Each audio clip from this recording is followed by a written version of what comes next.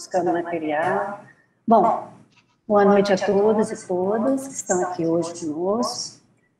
Antes de tudo, em nome do Programa de Pós-Graduação em Arquitetura e Urbanismo, da UFES, agradecendo enormemente a presença da professora Hermínia, sempre mestra, Hermínia Maricato, ao público em geral, também professores, professoras, alunos e alunos do programa. Nossa ideia aqui hoje é ampliar o debate, fazendo dessa aula um evento aberto, portanto, sintam-se à vontade para participar desse momento conosco. Bom, hoje estamos aqui especialmente honrados e também felizes, dentro do possível, recebendo na UFES para ministrar nossa aula magna do semestre, a professora, como já disse, Hermínia Maricato, que apresenta aqui sucintamente. Deixa eu pegar a minha apresentação. Bom, Hermínia é arquiteta, urbanista, pesquisadora e professora titular aposentada da FAUSP, foi professora visitante de universidades no Canadá em 2002, na África do Sul em 2006. Antes disso, em 1989 e 1992, foi secretária de Habitação e Desenvolvimento Urbano da Prefeitura de São Paulo, em seguida coordenadora do Programa de Pós-Graduação da FAUSP, 98 até 2002, e ministra adjunta do Ministério da Cidade de 2003 a 2005. Foi consultora ad hoc para instituições de ensino e pesquisa, exemplo de FINEP, CAPES, CNPq, FAPESP, e prefeituras no Brasil e no exterior. Reconhecida por sua atuação de ativista na luta pela reforma urbana no Brasil e pelo seu trabalho na área do urbanismo, tendo recebido muitos prêmios e, mais recentemente, em novembro de 2020, foi a primeira mulher a receber medalha de ouro concedida pela Federação Pan-Americana de Associações de Arquitetos. Atualmente é coordenadora nacional do projeto BR Cidades, um projeto para as cidades do Brasil. Bom, antes de passar a palavra para a Hermínia iniciar a sua apresentação, com o título Tempo de Pandemia e a Centralidade da Questão da Habitação no Brasil, eu destaco aqui que essa aula magna marca o semestre em que iniciamos o doutorado, recém-aprovado, e nesse momento nos reunimos para sublinhar não somente essa conquista, mas sobretudo o desafio a ser enfrentado no atual contexto em que estamos submetidos, seja as universidades públicas e a sociedade brasileira integralmente. Gostaria de lembrar ainda que o PPGEL foi criado em 2007, é o único programa de pós-graduação de arquitetura, e urbanismo, na modalidade de mestrado e doutorado do Espírito Santo. Formamos uma centena de mestres, atualmente temos agora os alunos de doutorado. Então, a ideia é termos com essa aula uma conversa, professora Hermínia, sobre os desafios que a pandemia da Covid-19 nos impôs, quanto às políticas públicas em geral, e nesse quadro, a centralidade da questão da habitação, sobretudo nos territórios periféricos mais vulneráveis. Assim, eu parabenizo o professor Bruno Massara, coordenador do PPGEL, com quem tenho o prazer de estar nessa gestão como coordenadora adjunta, e por fim trago aqui as palavras do professor Bruno em trechos do convite de chamamento dessa aula.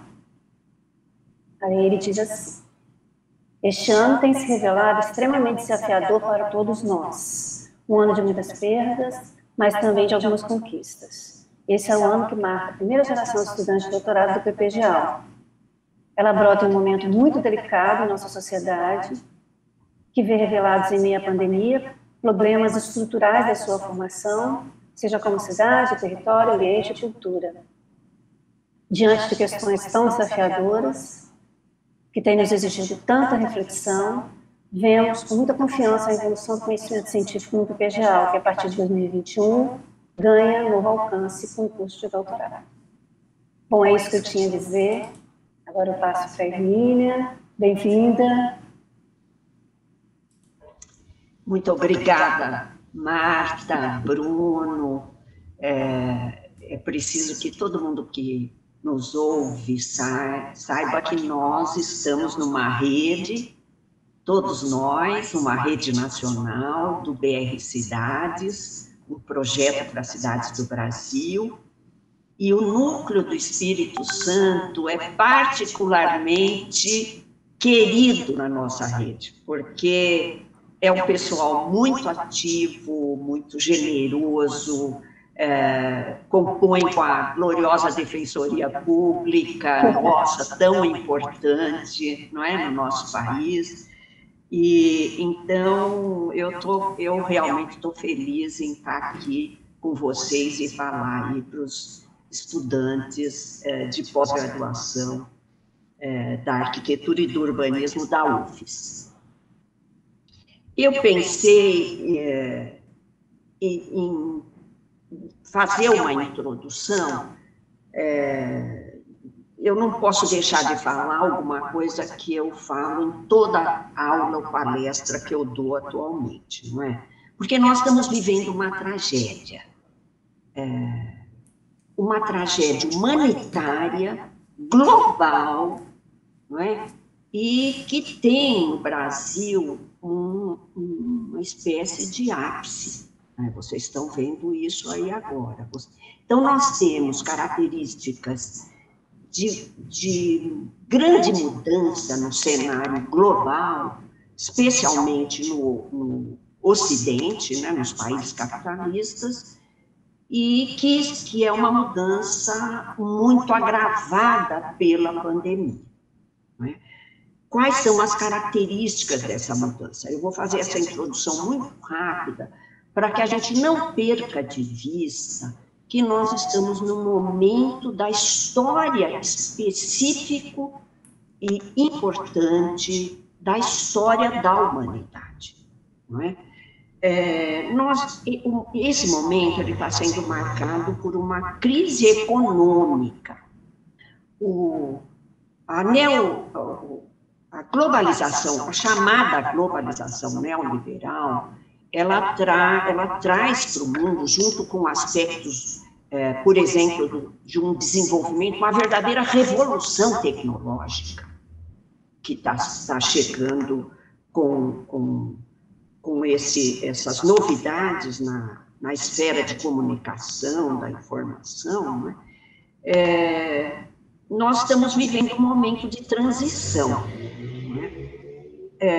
De ataque aos direitos sociais, ataque ao Estado social. Vejam, no pós-guerra nós vivemos 30 anos de um Estado chamado welfare state, um Estado voltado para políticas públicas, uma conquista que o Fiore classifica como uma das maiores conquistas da humanidade, né?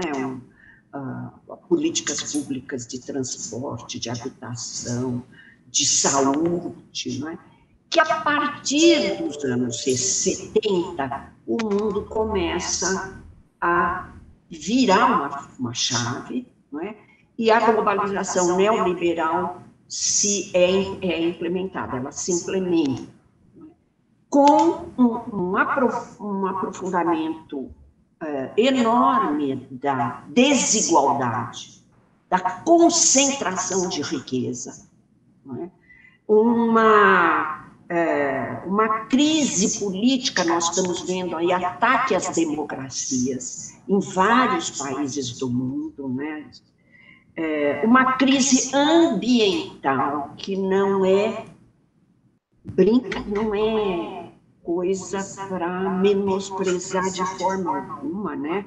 Do aquecimento global, da exploração predatória dos recursos naturais. Vocês veem os problemas da poluição marítima, né? Que a quantidade de plásticos que acaba nas redes hídricas e nos oceanos, não é? Nós estamos vendo, inclusive, o fim de algumas espécies, não é? E a gente ouve os cientistas brasileiros da área de biologia dizendo que no Brasil a gente não chegou a classificar, estudar toda a biodiversidade vegetal, por exemplo. E nós estamos perdendo espécies, não é? E nós temos, mas o que é mais impressionante nessa crise, Marta, é que nós temos uma crise da tradição iluminista, uma crise da racionalidade, não é? Que é essa coisa do terraplanismo, essa coisa das fake news, a crise da desinformação, os ataques à ciência, né? E nesse quadro impressionante vem a pandemia do novo coronavírus, né? Uma questão que é transversal nesse quadro, então, é a transformação nas relações de produção e trabalho, que acaba mudando, inclusive, a subjetividade, não é, no mundo. Então, nós estamos num mundo em mudança profunda e num Brasil em mudança profunda. Cabe a gente estudar, refletir o quanto da mudança que nós estamos vivendo no Brasil é devida às nossas características, não é? Do capitalismo brasileiro, e o quanto ela se deve ao impacto internacional. Isso é muito importante que a gente se aprofunde. Eu vou fazer, então, um corte agora, porque eu escolhi começar por alguns conceitos, algumas ideias que são caras aos marxistas que estudam a questão do espaço urbano, não é? E eu reparei que eu não tenho falado muito nesses conceitos ultimamente, mas enquanto eu dei aula na pós-graduação, agora eu não estou tendo mais muito tempo, infelizmente, né? Eu sempre comecei por esses conceitos que eu vou começar agora, porque eu me dei conta de que nós estamos nos afastando um pouco dessa leitura materialista do espaço urbano, né? Uma leitura que coloca a produção do espaço urbano no centro das reflexões e da produção acadêmica.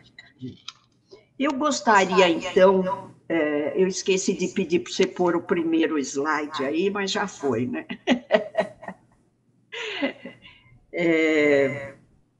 Vamos para o segundo, então, né? Você está pondo que eu não estou vendo.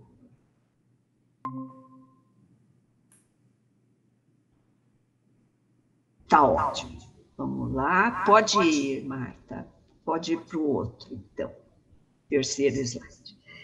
Eu vou pegar duas frases do Marx aqui e vocês vão perceber que cada uma delas daria um curso, não é? Essa coisa dessa genialidade de ter uma leitura transversal histórica de uma realidade num certo momento, né? Vamos ler juntos aqui, não é? Os homens fazem sua própria história, mas não a fazem como querem. Não a fazem sob circunstâncias de sua escolha, e sim sob aquelas com que se defrontam diretamente, legadas e transmitidas pelo passado. Olha a importância da história, do conhecimento histórico. A tradição de todas as gerações mortas oprime como um pesadelo o cérebro dos filhos.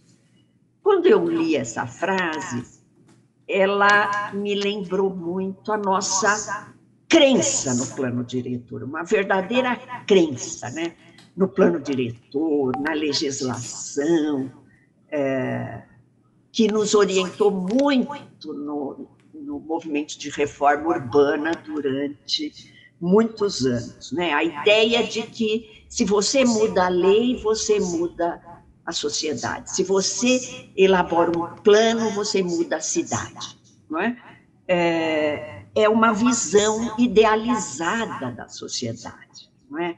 Porque mesmo na nossa rede do BR Cidades, eu temo muito que a gente possa reproduzir esse engano que nós tivemos no passado, né? A ideia de que, formulando um projeto de cidade, nós estaremos resolvendo o futuro da cidade. Vejam, os homens fazem a história. Sim, somos nós, homens e mulheres, né? O Marx não esqueceu aí das mulheres, né? Os homens e as mulheres fazem sua própria história, mas não a fazem como querem. Não basta a sua vontade. Não basta nem o seu conhecimento. Não é? Fazem sobre aquelas condições que se defrontam diretamente, legadas e transmitidas pelo passado. Vocês vão perceber na leitura que eu vou fazer o quanto isso me orientou nessa palestra, né? A outra frase que também é genial e dá muito alimento para a gente pensar, né?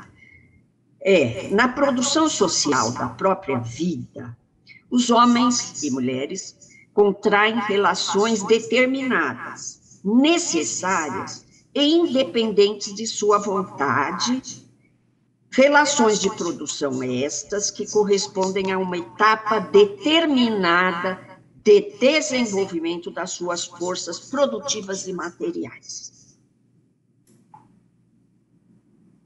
Não, novamente, você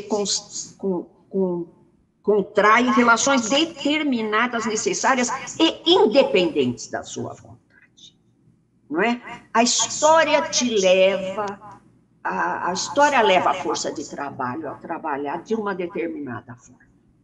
Não é? A totalidade dessas relações de produção forma a estrutura econômica da sociedade, a base real sobre a qual se levanta uma superestrutura jurídica e política, e a qual correspondem novas formas sociais determinadas de consciência. Olha bem, gente, o modo de produção da vida material condiciona o processo, em geral, da vida social, política e espiritual. Não é a consciência que determina o seu ser, mas, ao contrário, é o seu ser social que determina a sua consciência. Ou seja, é o lugar que você ocupa na sociedade que vai determinar formar a sua consciência historicamente. É muito... Se você fizer uma meditação sobre essas frases, é impressionante o que isso abre de perspectiva nos estudos e pesquisas, não é? E por isso mesmo, nós vamos olhar para a cidade como uma área de luta de classes e conflitos. Vamos lá.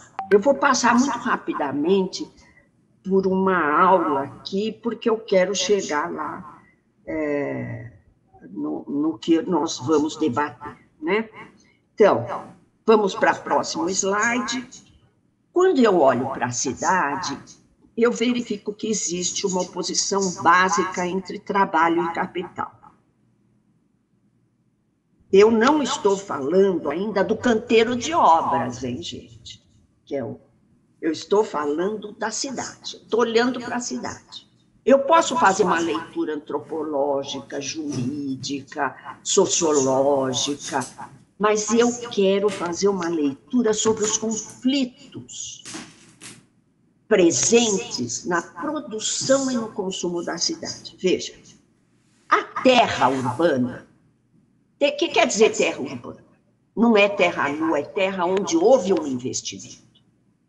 É terra que está no interior da cidade, né? Já é uma terra que foi produzida.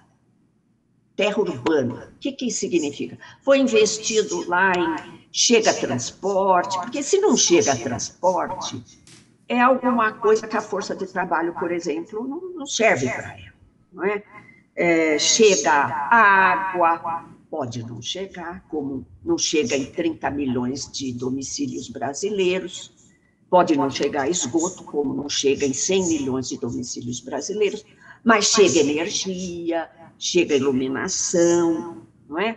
Tem acesso ao comércio, aos equipamentos de saúde, de educação.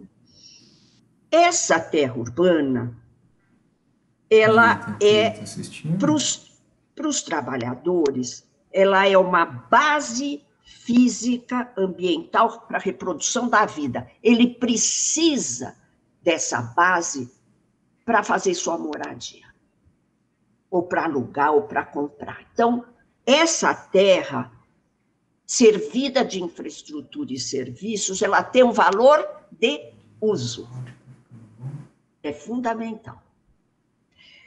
Para o capital, a terra, ela é um objeto de valorização e extração de rendas. Então, ela tem um valor de troca. O Harvey coloca isso muito bem num texto dele, né?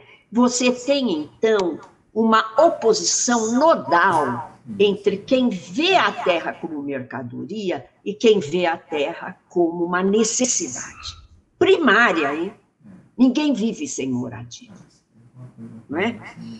Mas, claro que eu não vou entrar nos detalhes, tem muita contradição aparece nesse meio, porque o valor de troca também vai ser importante lá para a força de trabalho, que ocupa um terreninho, depois está sem dinheiro, desempregado, divide o terreno e vende uma parte irregularmente, não é? Faz parte, né? Mas a cidade, então, ela tem um valor de troca e ela tem um valor de uso. Ela é mercadoria, não é? E a terra no campo é diferente da terra na cidade. Também não vou aprofundar isso, a terra no campo é um meio de produção. Na cidade, não. A habitação pode ser um meio de produção, se você faz de produção não, mas de sobrevivência, se você faz um salão de beleza, etc., né? na garagem da sua casa, mas ela é, acima de tudo, um meio de consumo. Não é? Vamos para o próximo slide. Eu estou colocando tudo isso para incentivar vocês depois a aprofundar essas questões. Não é? Então, vamos falar quem são os agentes da produção do ambiente construído. Posso chamar de espaço construído? O ambiente construído é um conceito usado que era usado pela Barton International Summer School, que é mais amplo, né? Então, quem são os agentes que têm interesse na produção da cidade? Os proprietários fundiários, obviamente, os proprietários de terrenos e de imóveis também, né? Os promotores imobiliários. O Topalov, que é um autor francês, escreveu uma tese sobre os promotores imobiliários, que é maravilhosa, não é? Que é esse pessoal que é uma espécie de maestro que coordena a produção imobiliária, né? Contrata o projeto, compra o terreno, contrata a construtora, etc. Depois você tem os construtores, você tem o construtor de edificações e o construtor, a construção pesada, chamava construção pesada, construtores de infraestrutura. E você tem os financiadores. No setor privado, os bancos, mas você pode ter também financiamento público, financiamento semipúblico, etc.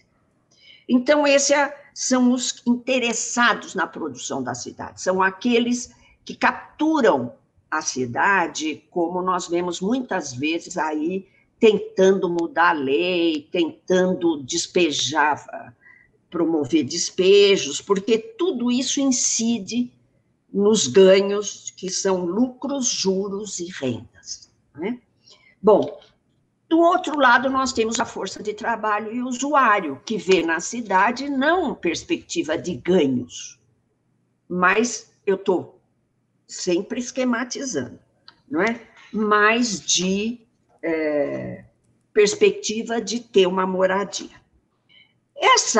Na verdade, esse conjunto, que eu estou aqui colocando de forma muito esquemática, ele é muito cercado de tensões, viu? Você tem tem tensões entre o capital em geral, capital industrial, os capitais comerciais e o capital imobiliário, não é? O capital em geral tem alguns interesses na cidade, o capital imobiliário tem alguns interesses na cidade e o trabalhador tem alguns interesses na cidade. Você tem, na verdade, era para mudar aqui, eu esqueci. Você tem, na verdade, Você pode mudar, Marta, por favor? Isso. Você tem, na verdade, interesses conflitantes do que cada um desses setores quer da cidade, não é? E nós vamos, por favor, o próximo. Quero ver se eu me enganei mesmo, pus fora do lugar esse próximo aqui.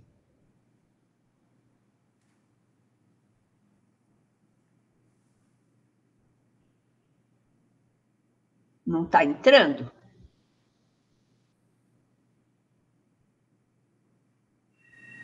Você acha que eu vou falando, então? Eu vou falando sem os slides, porque também não é muito importante, que é só texto, né? Bom, e o Estado?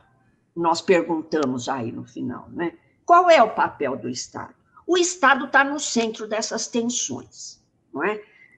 Regula a terra, planeja, define usos e formas de ocupação da terra, investe em infraestrutura urbana e equipamentos. Então, o Estado, na verdade, ele é fundamental. Por quê? Porque o investimento público em infraestrutura muda o preço da terra. Vocês sabem disso. A chegada de asfalto, a chegada do metrô, não é? A chegada de um equipamento verde, a chegada, ou investimento privado, a chegada de um shopping center, o despejo de uma favela muda o preço da terra no local, a favela tende a diminuir o preço da terra. O Flávio Vilaça, nosso queridíssimo professor que morreu essa semana, mestre, companheiro, amigo maravilhoso, ele escreveu muito sobre isso, sobre preço de localização. A terra tem um preço de localização. E ela é disputada, é uma disputa surda. Não é muito claro para a sociedade essa disputa. Não é? Por quê? Porque ela transfere renda para os seus proprietários por meio da mudança de preço. Não é? Então, que mais o Estado pode fazer? Ele pode financiar a habitação com subsídios ou não. Isso aconteceu durante o BNH, SFH e durante o Minha Casa Minha Vida, mas ele pode ignorar a moradia popular também, não é? E aí deixar o povo resolver o seu problema lá com a autoconstrução, não é? Que se vire, não é? Ele regula o financiamento imobiliário privado ou público, ele fiscaliza a aplicação da legislação e ele regula a taxa de salários. Vocês veem aí que regula o salário mínimo, né? Então, o Estado ele tem um papel fundamental nesse meio, né? Vamos... A Marta não consegue tocar, não, aí, né? Vamos falar, então, da moradia. A moradia é uma mercadoria especial. É pena que, mesmo nas universidades, a gente discuta pouco sobre a produção da mercadoria, não é? Eu tenho até um artigo na revista do laboratório lá do Observatório das Metrópoles, que é por um novo enfoque teórico na pesquisa sobre habitação, porque a gente deveria fazer muito mais pesquisa sobre a produção. Olha, habitação é uma mercadoria especial. Por quê? Se eu pegar qualquer coisa, assim, qualquer mercadoria eletrônica, roupa, óculos, caneta, sapato, alimento, quanto mais você produz, aumentando a produtividade, o preço abaixa, não é?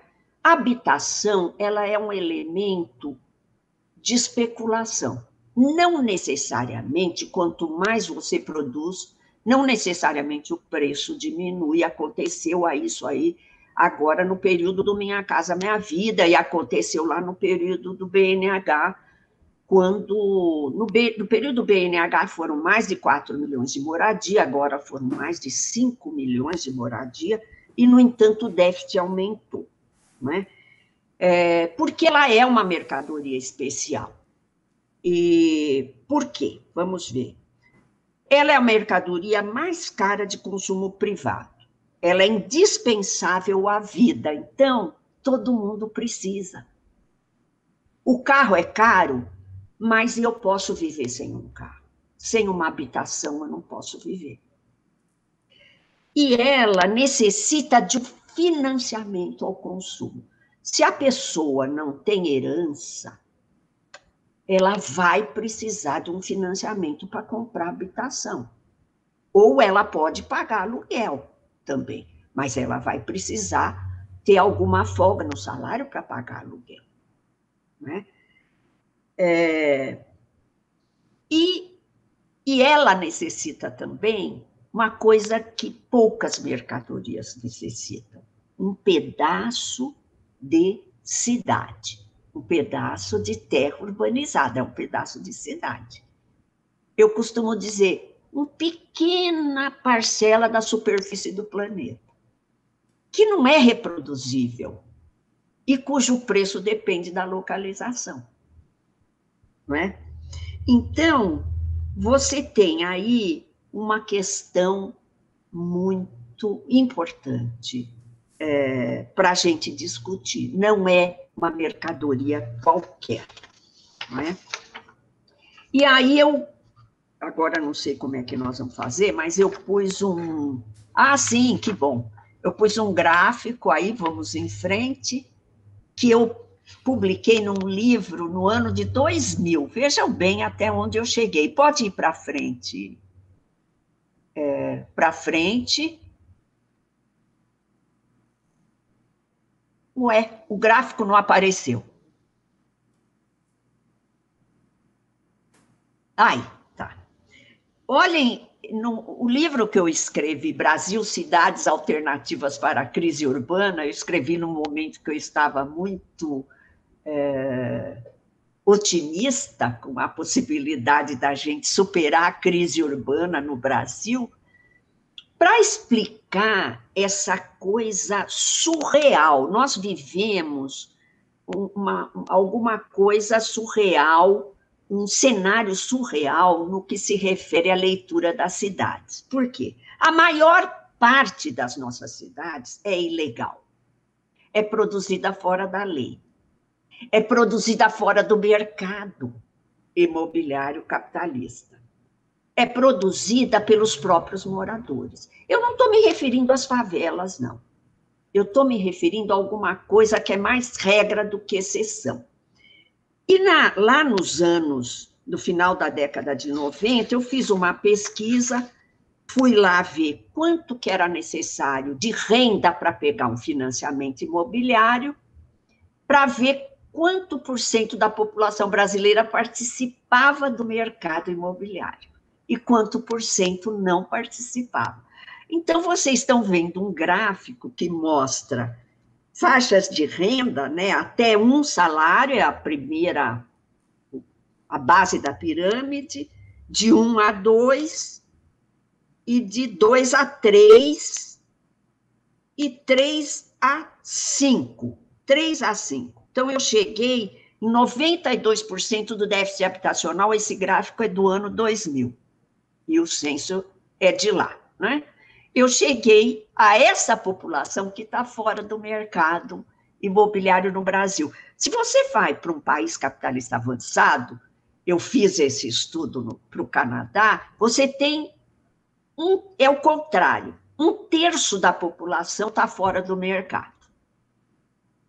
E aqui não, aqui você tem a maior parte da população, não, 1/3 da população, aqui você tem a maior parte da população fora do mercado.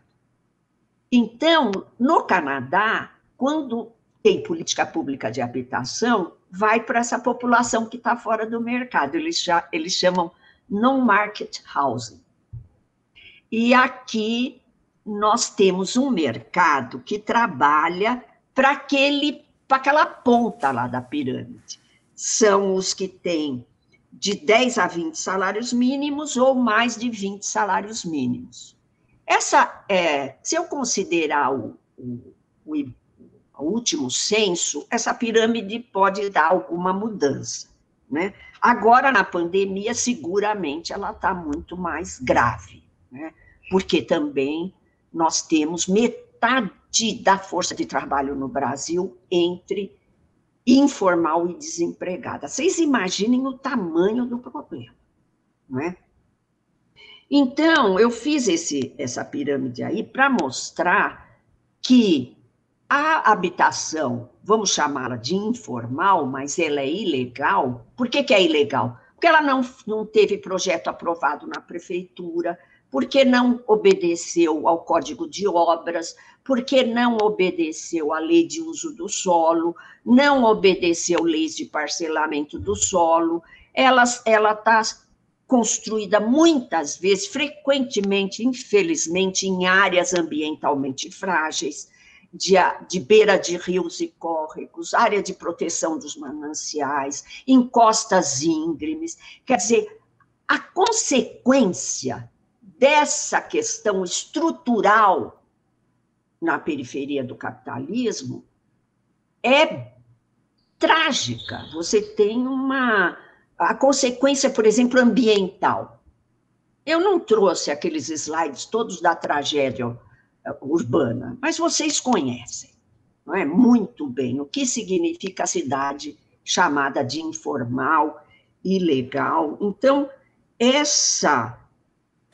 isso é alguma coisa que nos permite questionar todas as instituições brasileiras. Como é que se faz a fiscalização do uso e da ocupação do solo? Como é que é tão fácil nesse país definir despejos, por exemplo, não é? Mas a maior parte da população, então, não tem acesso à legislação, nem pelo mercado, nem pelo Estado, porque a gente poderia pensar, mas se eu tiver políticas públicas, eu posso garantir para a maior parte da população. E eu já pensei, fiz um exercício só num país onde a terra é socializada, você pode fazer políticas públicas para a maior parte da população nessa quantidade. Então, na verdade, nós temos...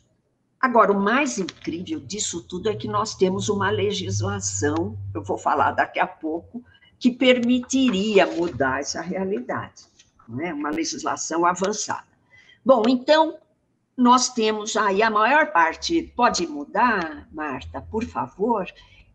Dos assentamentos urbanos são ilegais, sem arquiteto, sem engenheiro, sem financiamento público ou privado, sem código de obras, sem indústria da construção, sem leis urbanas, sem Estado, sem leis, advogados, cortes, tribunais para a solução de conflitos, não é? Entre eles, não é? E o mercado imobiliário e as políticas públicas. Nós estamos no reino da regra e da exceção. Eu fiz um filme colocando essa questão em 1975, gente. Eu produzi um filme, peguei meu FGTS lá do emprego que eu fui mandada sair, porque fui mandada embora, felizmente, peguei meu FGTS para ir dar aula na FAU em tempo integral, na USP, e investi num documentário, chama Fim de Semana.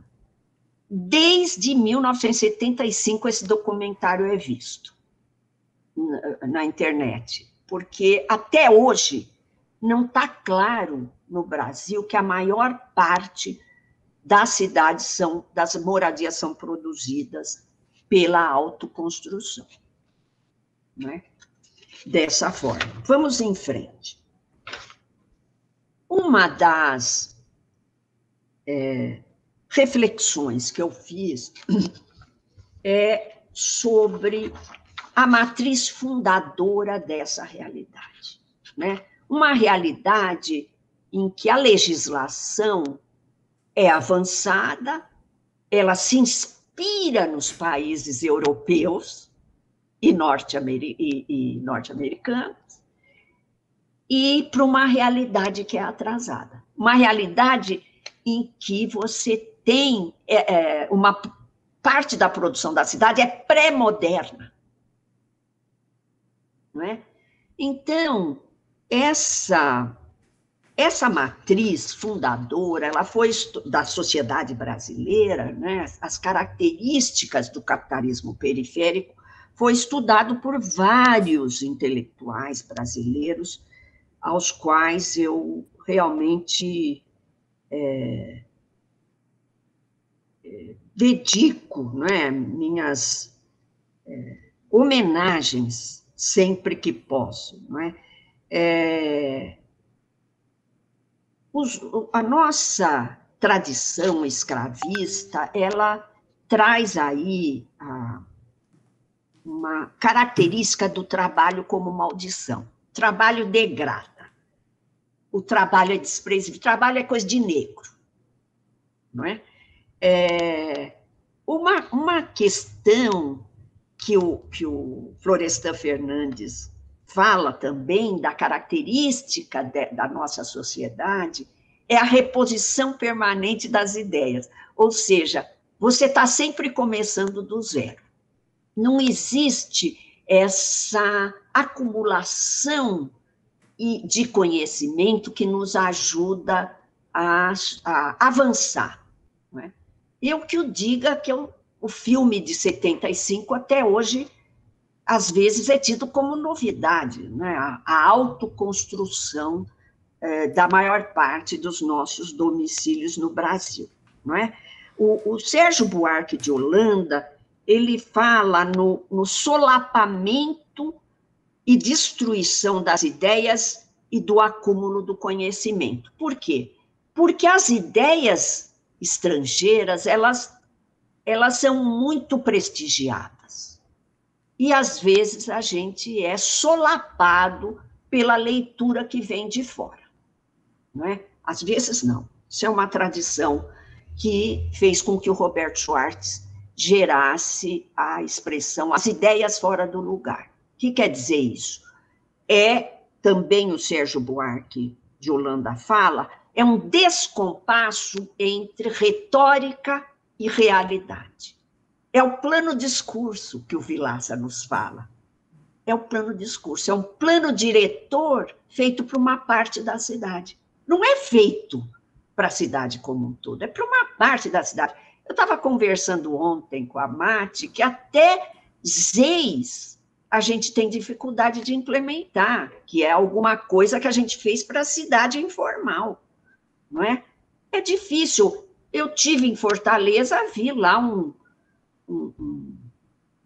imenso empreendimento em cima de ZEIS, empreendimento de classe média alta.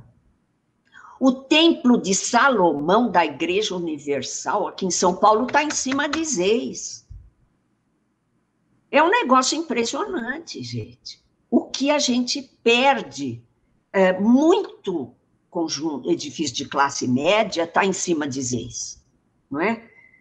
Que é uma pitadinha de originalidade no plano diretor voltada para a cidade informal. Não é? Então, nós temos aí o patriarcalismo, o patrimonialismo, que é a privatização da esfera pública, né? Essa coisa que o Raimundo Faoro mostra, que patrimonialismo vem junto com o poder político, econômico e social, né? Então, o Celso Furtado fala no mimetismo cultural, é chique copiar o exterior, né? E a gente se afasta da nossa realidade. Eu estou falando muito isso porque nós não podemos negar a teoria produzida internacionalmente, por favor. Mas nós não podemos negar a realidade. Nós não podemos abraçar essa alienação em relação à nossa própria realidade, não é? A Maria da Conceição Tavares e o Fiore falam na modernização conservadora, falando do Brasil. É um país que se moderniza, mas também vai desenvolvendo o atrasado, não é? Bom, mas vamos em frente. Eu escolhi aí uma... Pode ir em frente. Pode pular. Uma frase do Sérgio Buarque de Holanda que eu acho maravilhosa. Vocês veem que eu viajei para preparar essa aula aqui. Fui lá olhar coisas que há muito tempo eu não via, não é?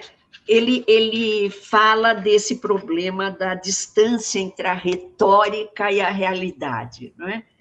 Ainda quando se punham a legiferar ou a cuidar de organizações e coisas práticas, nossos homens de ideias eram, desculpe ideias errado aí, eram, em geral, puros homens de palavras e livros. Olha que interessante, né? A área do direito tem muito disso, não é? Uma retórica, não é? Homens de palavras e livros não saíam de si mesmos, de seus sonhos e imaginações. Tudo assim conspirava para a fabricação de uma realidade artificiosa e livresca, onde nossa vida verdadeira morria asfixiada. Olha que coisa impressionante, gente. A vida verdadeira morria asfixiada por causa das ideias fora do lugar. Por quê? Porque eu ia ler tantos livros, mas eu não conhecia a cidade no norte, no nordeste, no sudeste, no sul, no centro-oeste. Vocês sabem, quando eu fui para Erechim, essa ficha me caiu. Erechim é uma cidade de colonização branca, europeia, com distribuição de terra. Vocês imaginem, vai para qualquer cidade no Nordeste, colonização portuguesa, com escravidão, não é? Onde se fez de tudo para que os escravos e os homens negros livres e mulheres nunca chegassem na propriedade da terra. Nós temos no nosso país imenso, com essa diversidade incrível, ele mostra isso, que nós temos passado, essa história das nossas cidades é muito diferente e gera cidades muito diferentes. Nós precisamos tomar cuidado com as teorias, né, que a gente faz, né? Então, o próximo slide vai resumir alguma coisa que às vezes eu demoro muito para expor, eu quero falar rapidamente, que é o processo de urbanização no Brasil, ele se deu de forma avassaladora no século XX. O século XX começa com 10% da população brasileira nas cidades. 10%. E acaba com 80%. Hoje são 85%, mais ou menos. Então, vejam, é uma produção de cidades avassaladora. Então, em meados, vocês estão vendo aí mapas do Ernesto Galindo, que a elaboração é da Suzana de Oliveira, do IBGE, né? como o Brasil mudou em 40 anos. 40 anos, não é? 40 não, desculpe, aqui meados é 50, 60 anos, né? Você tem uma... Aliás, a globalização, ela vem transformar essa marcha para o oeste, esse processo de urbanização que vai para o norte e para o centro-oeste, numa coisa impressionantemente rápida, né? O mapa é um pouco para mostrar isso, né? E como é, vamos ver as raízes no próximo slide, e como é que esse processo de urbanização se deu? Ele se dá após, vejam bem, ele inicia no período que o Brasil já era independente, não era mais colônia de Portugal, que ele passa a ser independente na primeira metade do século XIX, não é? E ele não era mais um país de escravidão. Então, o Brasil era independente e de uma mão de obra livre.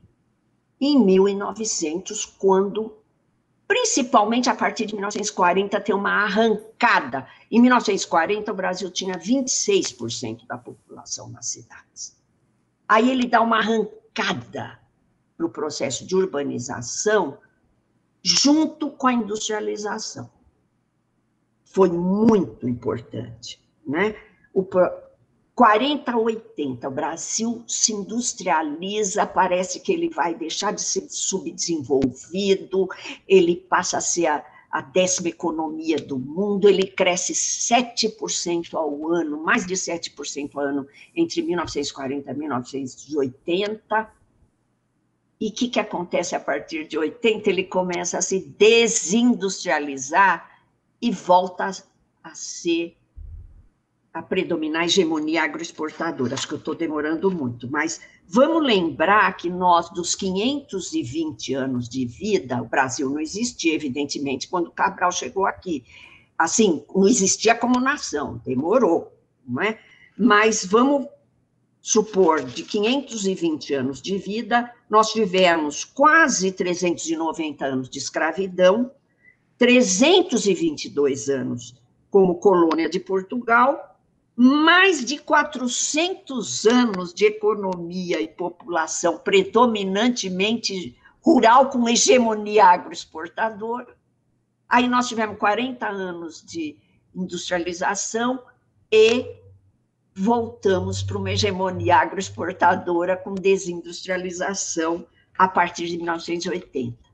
Nós somos um país predominantemente urbano há 60 anos. É pouca coisa isso para a história de um país, né? Bom, vamos então fechar um pouco esse balanço histórico mais antigo, né? Antigo não é bem a palavra, né?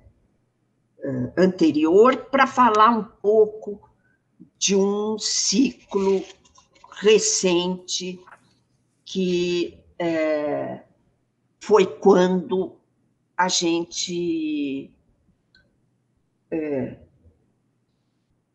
eu acho que foi o auge do nosso movimento de reforma urbana.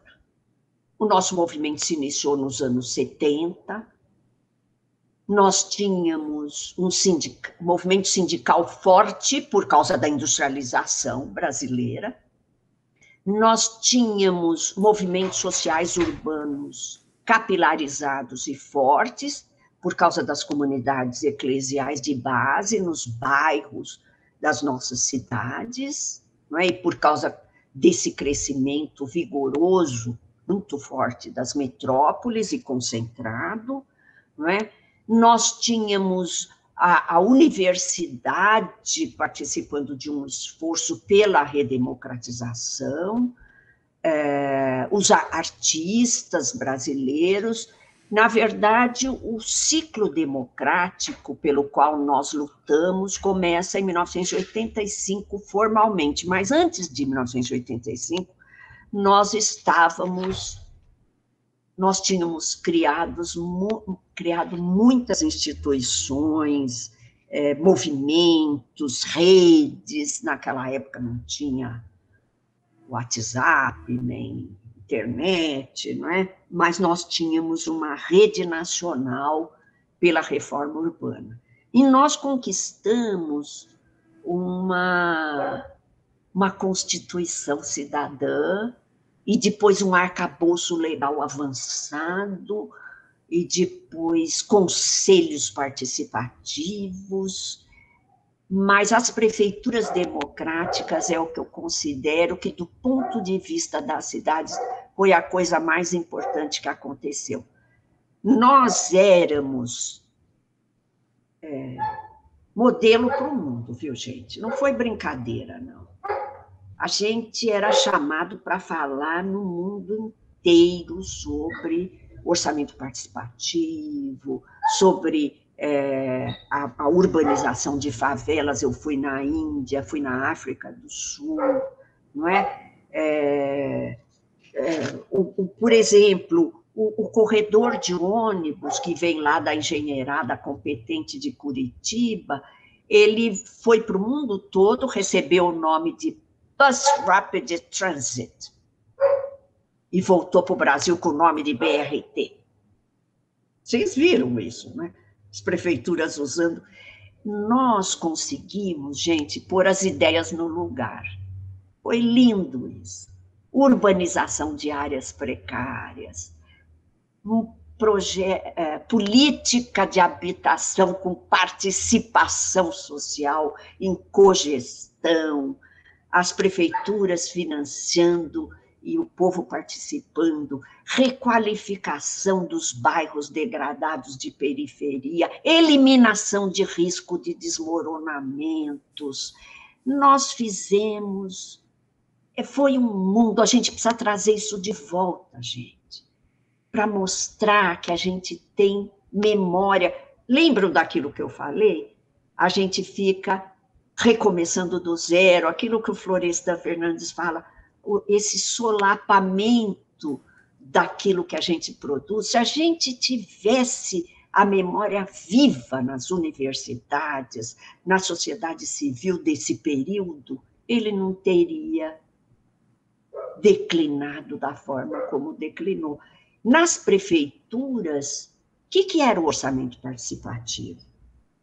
Era a decisão de onde aplicar o investimento público, que hoje é totalmente aplicado na cidade do mercado, toda a cidade que a gente vai, com raríssimas exceções, não é? O mercado e a Câmara Municipal definem lá a lei orçamentária.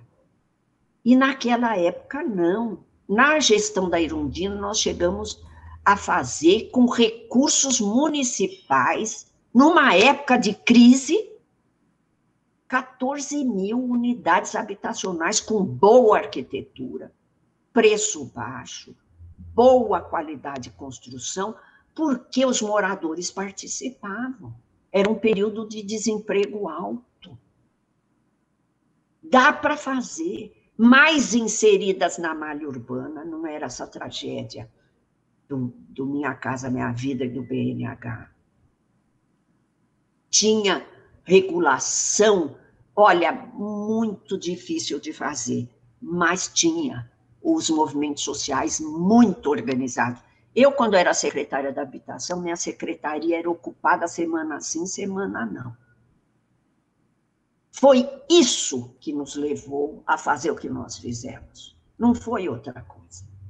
Porque todas as instituições, você imagina o que eu passei, fui até indiciada na polícia. Por quê? Porque o mercado imobiliário, as construtoras viam que muito do dinheiro estava indo para uma produção com assistência técnica, com mão de obra, muitas vezes, dos próprios moradores, não é?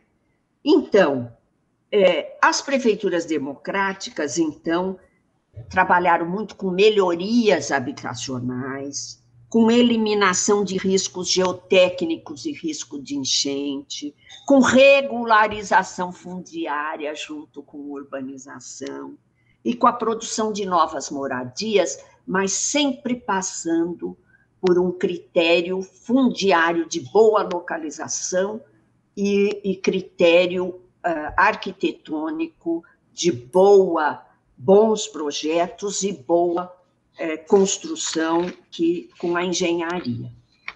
Eu estou caminhando aqui, acho que estou caminhando para o final, então eu quero dizer para vocês que nós tivemos 30 anos de política institucional que gerou a lei de ATIS, a lei de 2008, 11.888. Uma lei que, como a maior parte da legislação que nós conquistamos, como a Constituição Federal, na Constituição Federal, a função social da propriedade da cidade, o direito à moradia, o direito ao transporte, no Estatuto da Cidade, a aplicação da função social da propriedade que passa pelo plano diretor. Eu não vou comentar isso, não é? Que a gente não esperava que fosse tão complicado aplicar a função social da propriedade, depende do poder local e nós não conseguimos aplicar. A Rosana Denaldi, professora da Universidade Federal do ABC, está mostrando aí o quanto as prefeituras do Brasil, 5 ou 6, aplicaram o Estatuto da Cidade até nos 3 instrumentos sucessivos que o Estatuto da Cidade prevê, com participação social. Não é?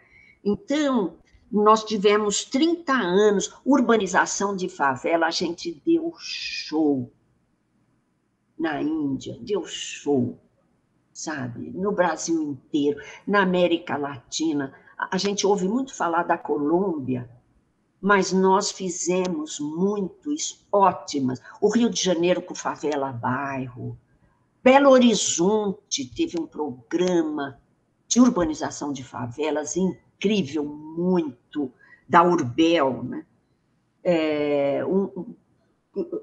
Formou um corpo técnico, não é? Bom, 30 anos de produção de habitação de interesse social com assistência técnica e participação social. Chegou no Minha Casa Minha Vida Entidades, mas pegou 2% do orçamento. Onde está a memória desse ciclo? A arquitetura de autoria individual continua sendo paradigma, parece incrível, não é? Ao invés dessa arquitetura coletiva, que barateou, que melhorou a qualidade, que incluiu. A arquitetura, que é produto da ação coletiva, tem alguma chance de se tornar paradigma nos livros, revistas, cursos, exposições? Esse congresso da UIA, aí nós estamos propondo uma mudança de paradigma, um novo paradigma próprio dos países do Sul e do Terceiro Mundo. Então, o que a nossa rede do BR Cidades propõe? Retomar a democracia direta no poder. Esqueci de que eu tinha alguns slides aí, não queria deixar de mostrar para vocês a qualidade desses edifícios, dessas moradias que foram feitas nesse período, né? Desde a final dos anos 80, com participação social, inspirada nas cooperativas uruguaias. Vamos em frente. Muita coisa aí com alvenaria estrutural, vocês estão vendo a qualidade a praça interna aí do conjunto habitacional, não é? Vamos em frente. Gente, nós precisamos de um livro didático sobre tudo isso. Vamos em frente, Marta. Olha aí, acho que esse é um canteiro, foi canteiro, né? Um conjunto da usina de estrutura metálica. É Paulo Freire o nome do conjunto, eu não enxergo daqui. É Paulo Freire. Tivemos 30 anos de boa... vai em frente, Marta, por favor. Pode pegar o último slide. Eu não mostrei as favelas, né? As favelas, você mostrou, né? A gente levou água, esgoto, a gente levou transporte entrando nas favelas, ambulância, caminhão de lixo entrando para pegar o lixo, não é? Drenagem. Gente, foi muito, e foi no Brasil todo, viu? Foi muito interessante, né? Bom, eu quero terminar exortando vocês principalmente as gerações mais jovens, da Marta aí até os estudantes, para reconstruir esse ciclo. Reconstruir sem repetir alguns erros que foi uma institucionalização dos movimentos todos, inclusive nós profissionais, né? Retomar uma democracia que não esqueça as instituições, o espaço institucional, mas que não esqueça a sociedade civil, não esqueça o chão das cidades, não esqueça o movimento de bairro, não esqueça as escolas, as igrejas, onde nós estávamos na década de 70, 80. Foi de lá que nós construímos as prefeituras democráticas, né? Nós vamos retomar a democracia direta, porque a democracia ela só pode ser direta no poder local. Ninguém faz democracia direta a partir da Praça dos Três Poderes, não é? Nós achamos fundamental, na rede do BR Cidades, popularizar o conhecimento técnico e científico. O povo brasileiro tem o direito de ser menos manipulado e mais informado. Paulo Freire é um dos autores mais respeitados do mundo. Não é do Brasil, é do mundo. Ele é brasileiro. Nós temos que fazer um esforço paulo freiriano, não é? E nós temos lá no Lattes, vocês viram, um item lá de popularização do conhecimento técnico e científico. É importante. Extensão, então, universidade com extensão e ATIS, né? Assistência técnica, habitação de interesse social, lutando, ajudando, projetando o direito à arquitetura e à cidade. Uma das questões que nós temos que retomar é o acesso à terra urbanizada, é a implementação da função social da propriedade. Nós tivemos, nos últimos 10 anos, uma mudança no paradigma vertical e de dispersão urbana nas cidades brasileiras. Aumentou muito a dispersão urbana, não é? Então, nós precisamos voltar a lutar pelo acesso à terra, pela função social da terra e das nossas cooperativas trabalharem sobre ela. Nós temos que disputar a narrativa, a cidade formal, a cidade do mercado, é a cidade da minoria, nós precisamos mostrar, desvendar essa realidade. nós precisamos disputar o investimento público, onde ele é mais necessário, né? Ao invés de fazer uma firula nos bairros aí, de alta renda, fazer coisas básicas nos bairros mais vulneráveis, né? Vocês sabem que em São Paulo, entre a periferia e os bairros de renda mais alta, a expectativa de vida tem uma diferença de mais de 20 anos. Não é possível mais conviver com essa diferença. A pandemia, ela, na verdade, tudo isso que eu estou dizendo, ela acirrou. Ela está nos deixando numa condição... Por exemplo, a gente fala muito em fique em casa, use máscara, mantenha isolamento. Não, nas nossas periferias não dá para fazer isolamento. Não dá. Grande parte, gente, com quase metade da força de trabalho no informal. A pessoa tem que trabalhar para botar comida em casa no dia. É até uma ofensa a gente falar, fique em casa.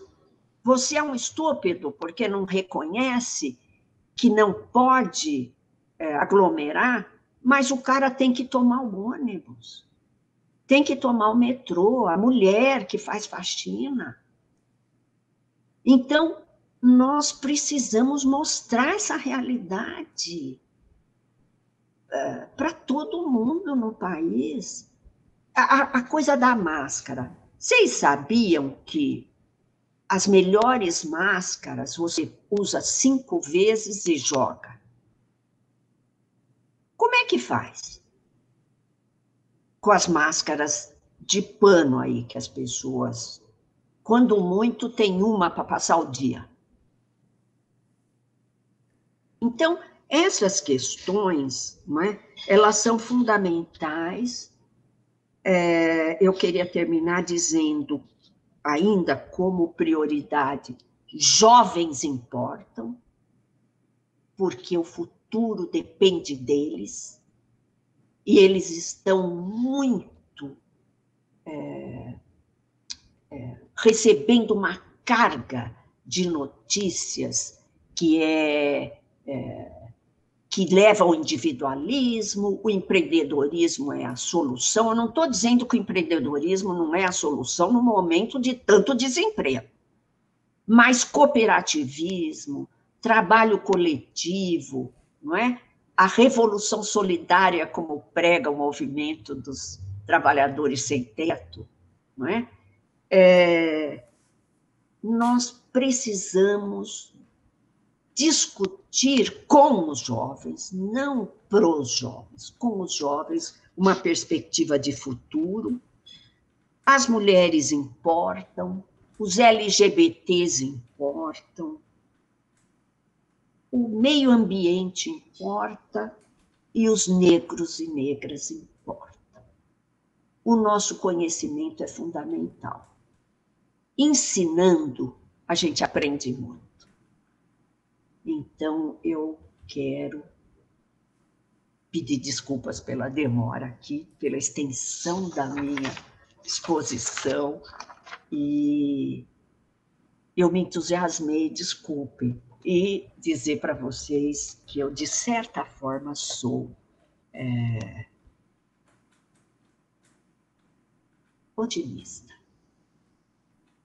Depende da gente retomar alguma coisa que foi acertada e que nós temos know-how, experiência, e projetar para frente.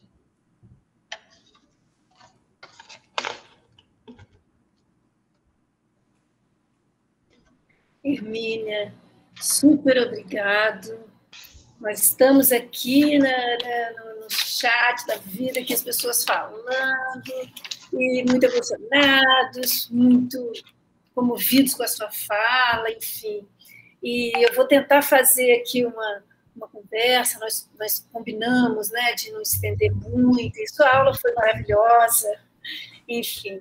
a ideia é que a gente possa chegar até 1h30 por aí, né? E aí eu estou aqui com várias anotações, enfim, eu acho que você trouxe, né, esse histórico aí de uma maneira exemplar dos processos urbanos, de urbanização das cidades brasileiras, como que o caráter estrutural de configuração das cidades brasileiras pela desigualdade. E aí você chega nas prefeituras e dá aquele, né, aquele fôlego de novo, né? Enfim, representando isso como perspectiva, as prefeituras democráticas, e aí tem uma expressão que eu tenho gostado muito, que é avivar a memória. Avivar. E aí você falou isso, avivar a memória do poder local, implementação de políticas públicas, em processos participativos. Isso está ficando para a gente assim, distante, ao mesmo tempo não é distante, né?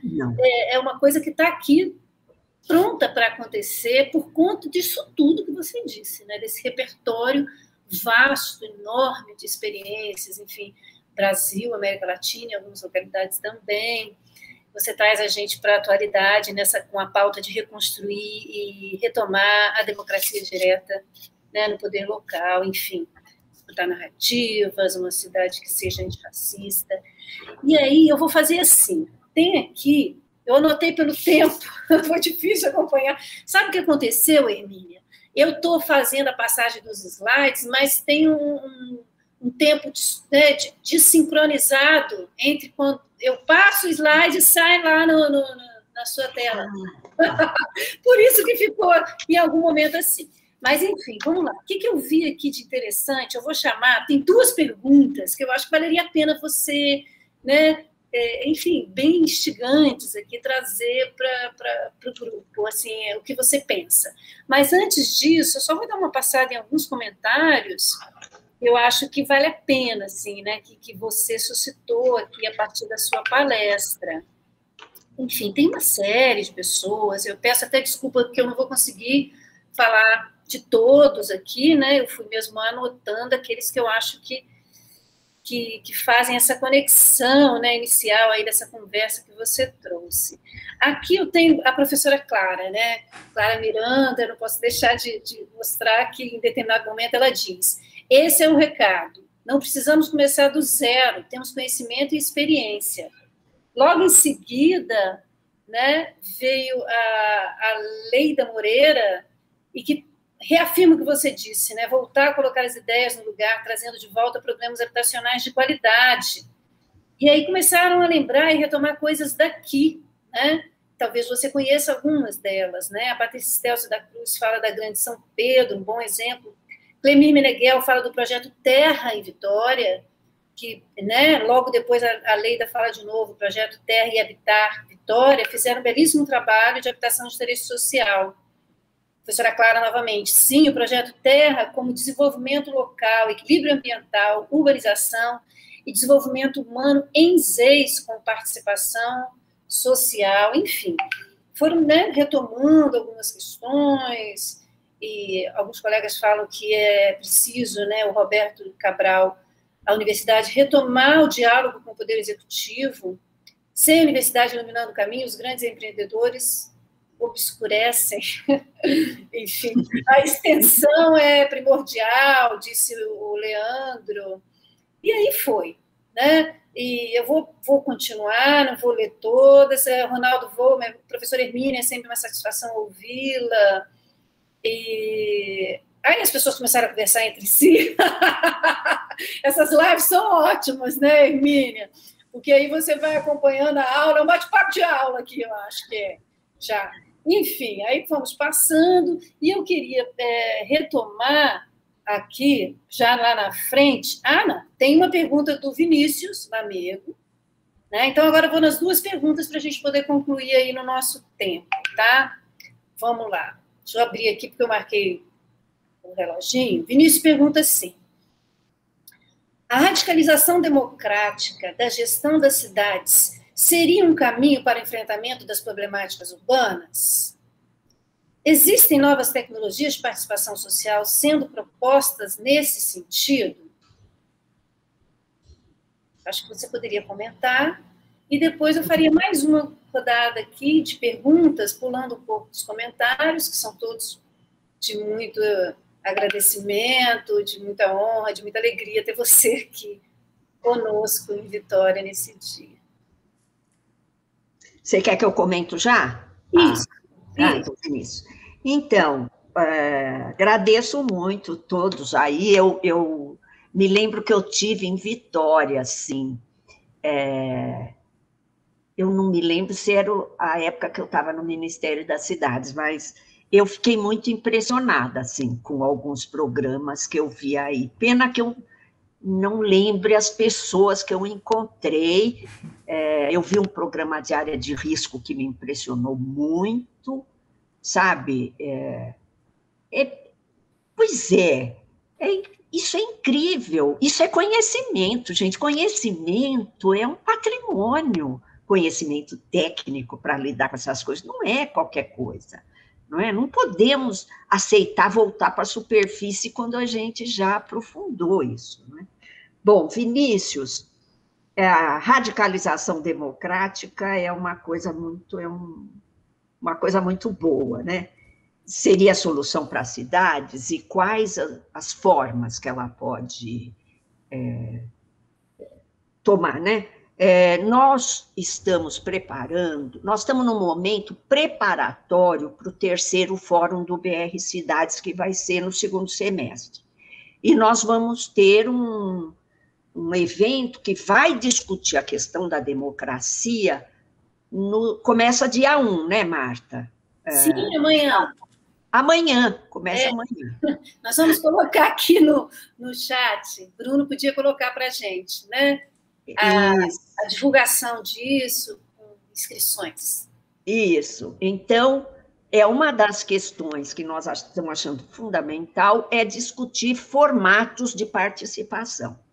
Eu só quero, eu sou um pouco gato escaldado, né? Que a gente nunca se esqueça de que, mesmo quando a gente tem uma proposta acabada, é muito importante que ela tenha um pé no chão, na realidade, na sociedade, nos bairros, que ela tenha essa capilaridade na cidade. Por quê? Porque eu escrevi um artigo, inclusive, que chama Nunca Fomos Tão Participativos, e você sabe que foi em 2007, hein? 2007 eu já estava achando que a vaca estava indo para o brejo no que se refere às cidades. Eu esqueci de dizer que o governo Lula avançou muito na área de educação, na área de alimentação, na área de saúde, é impressionante o que construiu. A saúde de médicos, os médicos nos fundões, não é? Médico da família, aliás, e também a assistência de base e tal. Mas na área de cidades, eu acho que a gente quase que foi absorvido pela participação institucional. Nós criamos um movimento, uma estrutura participativa no Ministério das Cidades. Eu tive desde o começo, né, criando isso, na transição entre Fernando Henrique e Lula, que foi a Conferência Municipal das Cidades, a Conferência Estadual das Cidades e a Conferência Nacional das Cidades e o Conselho Nacional das Cidades, uma superestrutura de participação e que parecia que nada podia dar errado, né? Mas deu. Deu no quê? Deu no Minha Casa Minha Vida, que eu acho que nos deveu uma regulação fundiária para não fazer conjunto na periferia, né? não implementar esse aumento de preço da terra que aconteceu com a ampliação do perímetro urbano, acho que na maioria das cidades brasileiras, né? Então, isso é uma atribuição municipal, a questão da terra, mas eu acho que o governo federal deveria ter segurado, nem que fosse para construir menos, mas segurado o preço da terra, porque aí você traz menos problemas e o déficit não avança tanto. Mas, então, eu te convido para ir ver o nosso evento, que começa amanhã, que vai discutir formas de participação, tá? Mas discutir sempre junto com a população, nesse caso. Hermínia, nós vamos colocar aí na tela, o Bruno já está divulgando, são 6 encontros, né? Eu acho que as pessoas estão vendo aí. Ah, lá. Vai começar a passar, porque tem esse delay aí da imagem. Olha, gente, então as pessoas estão muito encantadas, que aula maravilhosa, pode ficar falando, fique quanto tempo quiser. Se você quiser que eu responda mais uma pergunta, tudo bem. Muita emoção, obrigada, sensacional, muito emocionante a sua fala. Enfim, tem uma pergunta que, não sei, talvez pudesse, né, que retoma um pouco o que você fez hoje na sua aula, né, uma conversa mais de fundo conceitual também, e ao mesmo tempo pensando numa aplicação. Deixa eu achar aqui, peraí. Estou achando. Aqui. Gente, olha, eu vou mesmo fazer essa conversa aqui para a Emília concluir, né, com essa questão a mais, convidar todos para ouvi-la amanhã, porque amanhã ela vai estar de novo na abertura, né, Emília? E, enfim, durante os outros, para a gente, enfim, não vai dar para ficar aqui apresentando todas as questões. Então, amanhã eu vou ter que falar muito menos. Espera, né? Enfim, o Lucas Dan diz assim, pensando nas considerações materialistas iniciais, a reforma urbana, a partir de leis, não cai nas mesmas ilusões de um socialismo jurídico criticado já por Engels no século XIX, com o agravante de estarmos em um país de capitalismo dependente, patrimonialista. Como você enxerga essa reforma urbana popular hoje, diante da aplicação mínima dos instrumentos do Estatuto da Cidade? Acho que a gente fica nessa questão aí. Lucas, a gente teria que ter bem mais tempo para considerar tudo isso, não é? Mesmo, eu acho que a Constituição de 88 foi uma vitória, não resta dúvida, né? Mas o problema é que a gente se descolou da base, porque na Constituição de 88, para você apresentar uma emenda na Assembleia Constituinte, tinha que apresentar um certo número de eleitores. A emenda de reforma agrária conseguiu mais de 1 milhão de assinaturas e nós conseguimos perto de 140 mil. Lá no meu site você vê qual era a nossa emenda. E nós esperávamos que a função social da propriedade fosse autoaplicável. Mas nesse período nós tínhamos uma rede nacional, um movimento nacional muito calcado em movimento de base, né? Então, a gente tinha alguma mediação entre a institucionalidade e a sociedade, a força de trabalho, vamos dizer, né? Porque não era a sociedade civil, era bem movimento de periferia mesmo, né? Então, mas houve um afastamento em relação aos bairros, e esses bairros, amanhã eu quero falar um pouco sobre isso, esses bairros onde a gente saiu, né? A gente obrigava o Estado a estar presente com o investimento desses bairros, né?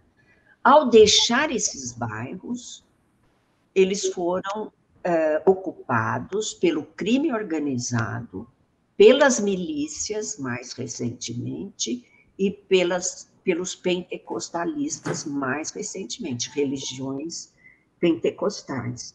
Então, eu imagino que recuperar uma democracia capilarizada no Brasil, construir redes de cidadania no Brasil vai levar um certo tempo.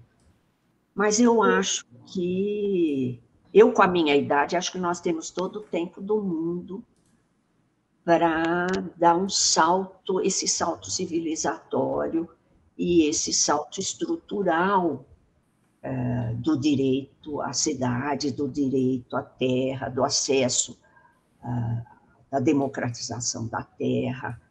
Acho que é importante discutir essas contradições e elas vão sempre aparecer no nosso trabalho, viu, Lucas? Contradições, elas sempre vão existir. Inclusive, não é tão simples hoje saber que socialismo nós queremos. Hoje o capitalismo está dando um tiro no pé com o neoliberalismo. E para onde nós vamos não está muito claro para todo mundo. Né? É isso. Hermínia, olha, muito, muito grata. Ficamos aqui motivados para começar essa reflexão aí, né, nos trabalhos, nas pesquisas, enfim, já acontecem, né, mas, enfim, jogar muita luz em cima dessa sua abordagem, a questão da habitação, sob o ponto de vista estrutural, né, a pandemia só veio mesmo agravar, então não é necessário ficar falando de pandemia quando se fala de habitação no Brasil, né, como questão central da configuração das cidades desiguais, enfim, nessa busca de reverter esse quadro, a gente segue, né, o projeto BR Cidades está aí agregando, somando, enfim. Em tão pouco tempo, já tanta gente mobilizada, né? E eu acho que a questão é essa, né? Uma mobilização grande, assim, faz com que a gente tenha essa inserção, essa participação. Parece que um pouco dessa loucura toda do remoto fez as pessoas ficarem, né, mais participativas, né, nas redes, enfim, pensando, opinando aqui. Então, depois eu vou te passar a gravação para você poder ver com calma, enfim, as pessoas comentando e falando da importância de tudo que você trouxe hoje. Né, enfim. Obrigada, querida. Muito obrigada, viu? Um abração para você, um beijo de todos daqui de Vitória, e aí agora eu passo para Bruno também fazer o encerramento dele. Bom, gente, eu acho que está todo mundo querendo estar aqui no meu lugar, né? Poder dividir essa sala assim tão ilustre aqui com você, Hermínia, com você, Marta, também. Eu tenho certeza que depois dessa palestra todos farão o tão recomendado esforço paulo freireano para poder dar conta de tantas questões importantes que você colocou, assim, com muitos dados, com muitos fatos, com uma genealogia brilhante. E principalmente eu acho que com a sua experiência e a sua generosidade assim, no trato dessas questões, né? Então, em nome de todo o programa, assim, eu te agradeço muito essa participação, né? E acho que alguém sugeriu aqui no chat que no momento em que tudo tiver assim, favorável, que você volte à Vitória e venha aqui experimentar uma moqueca e dividir esse momento com a gente aqui. Deliciosa, do chat. Ok? Então, mais uma vez, muito obrigado.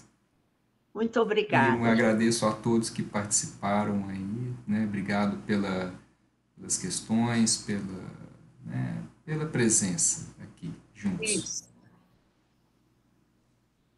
Valeu, Bruno. Valeu, Hermínia. Tchau, tchau, pessoal.